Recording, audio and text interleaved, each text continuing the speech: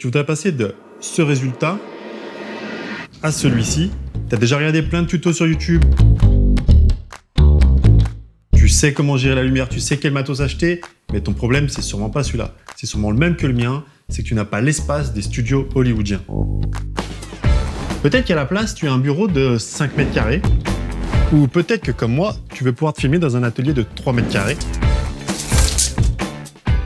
Eh oui, malheureusement, c'est bien 3 mètres carrés. Peut-être que tu as besoin de tourner une scène dans tes escaliers, ou ici. Je ne juge pas. Bref, pour toutes ces situations où l'espace manque cruellement, j'ai créé la solution idéale. Celle qui va te permettre de passer de tout ce bordel à ça. La problématique principale était la suivante. Comment réduire l'envergure au maximum tout en gardant de la stabilité? Et j'ai commencé à me pencher sur la forme. Parce qu'un des défauts du trépied, il est dans son nom, c'est qu'il a 3 pieds. Autant c'est pratique pour le plier, autant à l'usage, il présente quelques faiblesses. Premièrement, on peut se prendre les pieds dedans. Loser. Et surtout, le matos n'est pas sécurisé de la même manière dans toutes les directions. Comme on a 3 pieds, il y a une faiblesse entre les pieds. Parce que si on les prend les pieds comme ça, et qu'on exerce une force là, entre 2 pieds, bah, ça tombe plus facilement.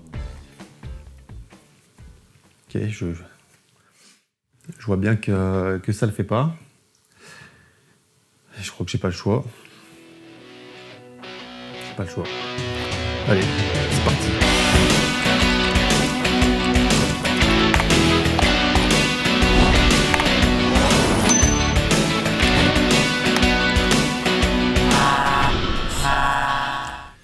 Et voici un mini trépied et un fil transparent et élastique. Si j'exerce une force dans l'axe de mon pied, je tire, le fil commence à s'étendre, il s'étend, je continue à tirer et là, voilà, il commence à se lever. Si je fais la même chose, mais en tournant mon pied et que j'exerce une force entre les 2 pieds, je tire, le fil s'étend un peu et le pied est déjà en train de se soulever. Et donc si je continue, il va très rapidement tomber. On voit donc très bien que si on a notre matériel qui penche d'un côté, comme c'est le cas avec les softbox, notre trépied ne sera pas sécurisé dans toutes les directions de la même façon. Pour combler ce problème, on pourrait très bien rajouter 3 pieds à nos 3 pieds pour faire 6 pieds. Mais on aura encore des faiblesses entre les pieds. Alors pourquoi pas rajouter 6 pieds à nos 6 pieds pour faire 12 pieds? Ça fait beaucoup de pieds. Autant partir sur un seul et unique pied circulaire. Allez, retentons donc l'expérience avec notre nouveau pied. J'ai toujours le même fil et je tire. Je tire, il s'étend. Encore. Je vais sortir du cadre. Alors, je recule. Encore, toujours. Il bouge pas. Ah, ça y est, il se lève enfin. Je crois qu'on peut dire qu'il a explosé le trépied. Et j'ai pas triché. C'est toujours le même fil. Mais c'est vrai que j'ai oublié de vous dire un truc. C'est que j'ai ajouté des poids de musculation à l'intérieur. Encore une fois. Si tu ne sais pas pourquoi je dis encore une fois, c'est que tu n'as pas vu ma dernière vidéo. Je te mets le lien en description si tu veux capter. Allez, on continue et merci Jamy. Me voilà donc avec mon nouveau pied dans lequel on peut insérer des poids et il me fallait un système de fixation et comme je ne sais pas faire les choses simplement, je me suis dit pourquoi pas inventer mon propre système. J'ai donc créé ce que je pourrais appeler le cadenas 90. Comment ça fonctionne? Eh bien, tu prends un poids, tu l'insères, tu prends l'accessoire de blocage, tu l'insères dans ce sens jusqu'au contact de ton poids, tu le tournes à 90 degrés pour reconstituer le cadenas et là ça veut dire que c'est bloqué et sécurisé et ton poids il peut plus bouger. Si tu veux ajouter d'autres poids, tu tournes à 90, tu enlèves, tu mets d'autres poids, ici jusqu'à 3 kg, tu reprends ton accessoire, tu tournes à 90. Ça tient super bien. Et j'ai aussi créé un pied plus grand pour des lumières plus hautes, plus lourdes, plus volumineuses, qui fonctionnent de la même manière, dans lequel tu peux mettre des poids plus lourds. Ici, des poids de 2 kg.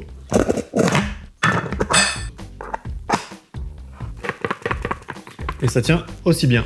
J'avais mon pied, mais il me restait une étape, et pas la moins importante, ajouter la colonne. Et c'est pas si simple de trouver des colonnes seules. D'ailleurs, si vous avez des infos à ce sujet, n'hésitez pas à me le noter en commentaire. Moi, je me suis tourné principalement vers les monopodes, comme celui-ci que j'ai trouvé pour pas trop cher, mais qui a une certaine limite parce qu'il ne peut pas monter à plus d'1 m 30. J'ai donc trouvé aussi cette rallonge qui permet, elle, de dépasser les 2 mètres.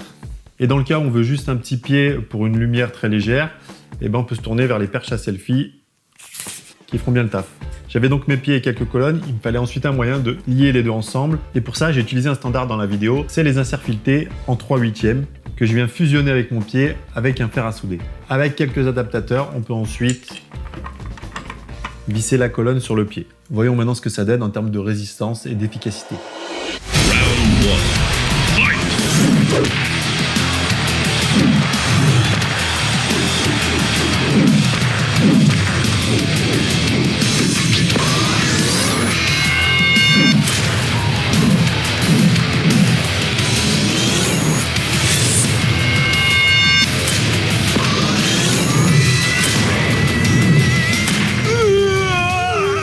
Defeat. Je me suis bien amusé à tourner cette séquence et ça prouve quand même que les pieds sont plutôt stables malgré leur faible empattement. Bon, par contre, je vous ai caché un truc. Voilà ce qui s'est réellement passé pendant la séquence.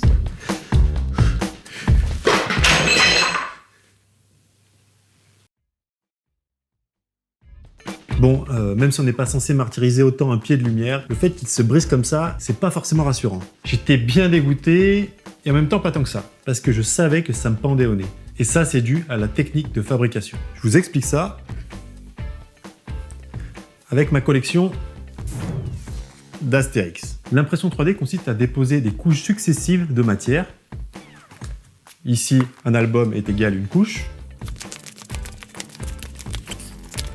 jusqu'à obtenir son objet final. En l'occurrence, pour mon pied, 287 couches.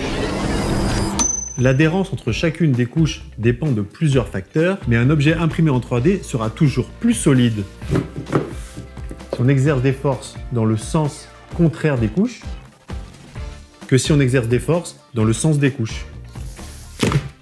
C'est exactement ce qui s'est passé avec mon pied, avec les poids plus le choc, la liaison entre les couches a cédé, et cette partie c'est cassé. Pour résoudre mon problème, je pourrais imprimer mon pied à la verticale pour avoir les couches dans le bon sens, mais on voit bien que la forme ne s'y prête pas du tout. Pour ce pied, il est beaucoup plus logique de l'imprimer dans ce sens-là. J'ai donc pensé à une autre idée pour résoudre mon problème, et je vous l'illustre encore avec les BD.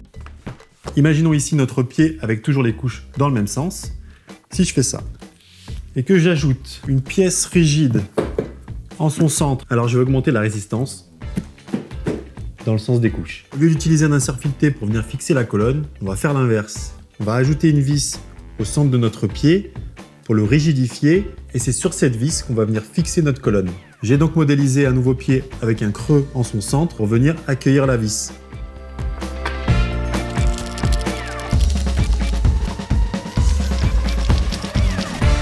Enfin, j'ai créé cette pièce pour cacher la vis et garder notre repère pour le verrou.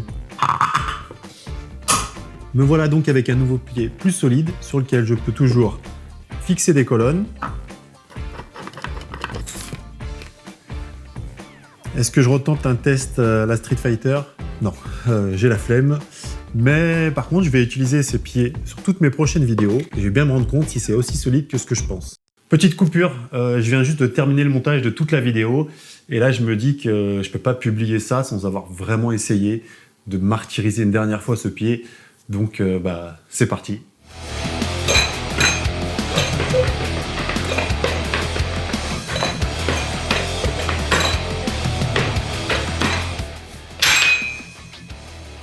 Pour l'instant ça le fait. Oh putain. Ouais, je lui ai mis... je suis allé comme il faut.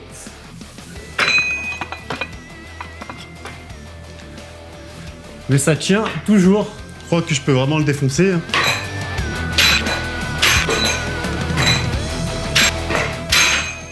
Voilà, c'est solide. Bon, je crois qu'il n'y a rien à dire, il est carrément plus solide que le premier. Là, j'y suis allé encore plus fort, je l'ai fait tomber au moins 6, 7 fois, je sais pas, peut-être plus. Et il n'a pas bronché, ça tient toujours aussi bien. Donc, rien à dire, c'est parfait. Allez, je vous laisse reprendre la vidéo.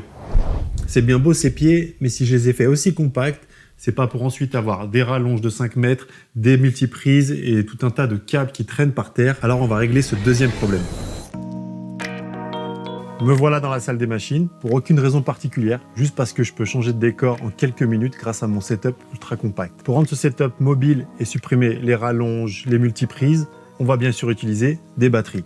Et pas n'importe lesquelles, des batteries V-Lock ou V-Mount, comme celle-ci. Ce sont des batteries plutôt répandues dans le domaine de la vidéo, avec un système de fixation en V. Ces batteries étant plutôt lourdes, pour maximiser la stabilité, au lieu d'aller les fixer proche de la lumière en hauteur, il est plus logique d'aller les fixer au plus proche du sol, au bas de la colonne. Après quelques recherches, j'ai trouvé cet accessoire qui permet de se fixer sur la colonne et d'installer sa batterie.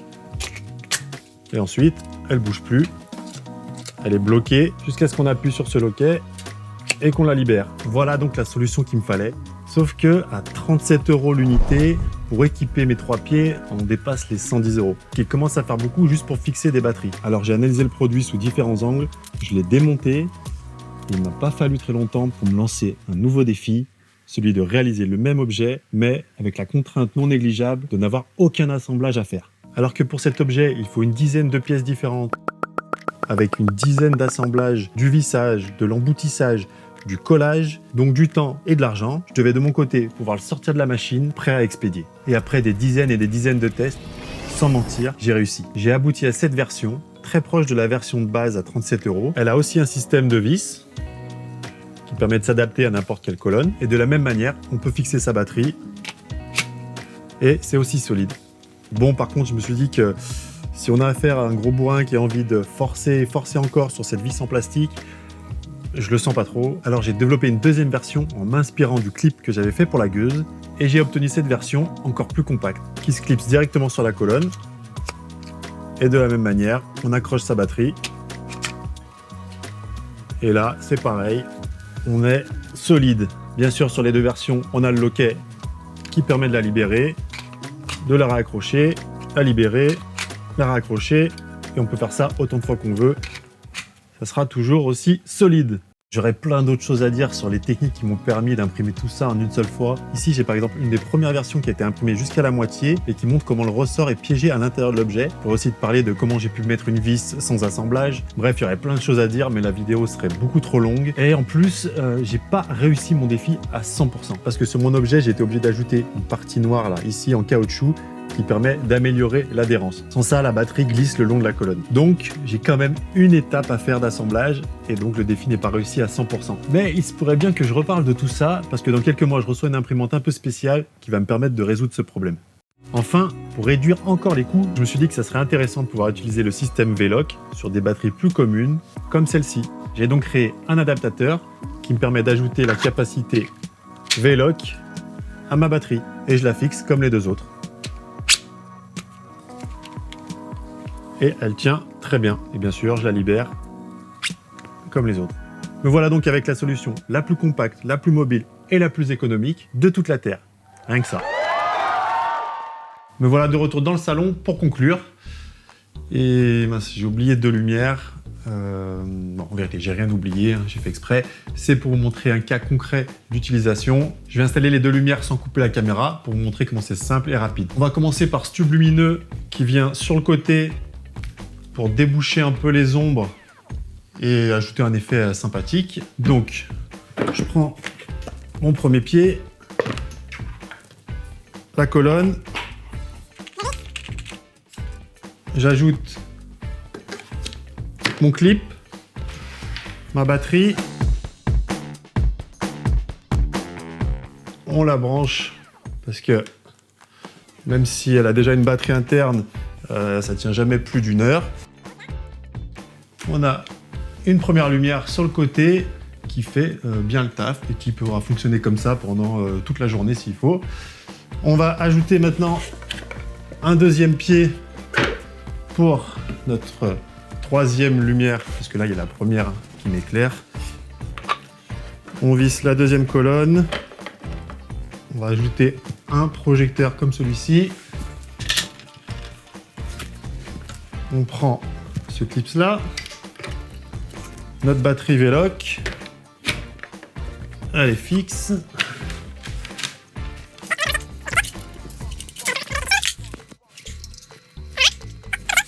Et ce qui est cool, c'est que je peux aller la mettre dans ma cuisine, sur le plan de travail, ce qui est impossible avec mes autres trépieds. Pour venir me faire une lumière qu'on appelle une backlight, une lumière qui va me détacher du fond et qui ajoute encore un effet encore plus sympa. Et du coup, il faut que je recadre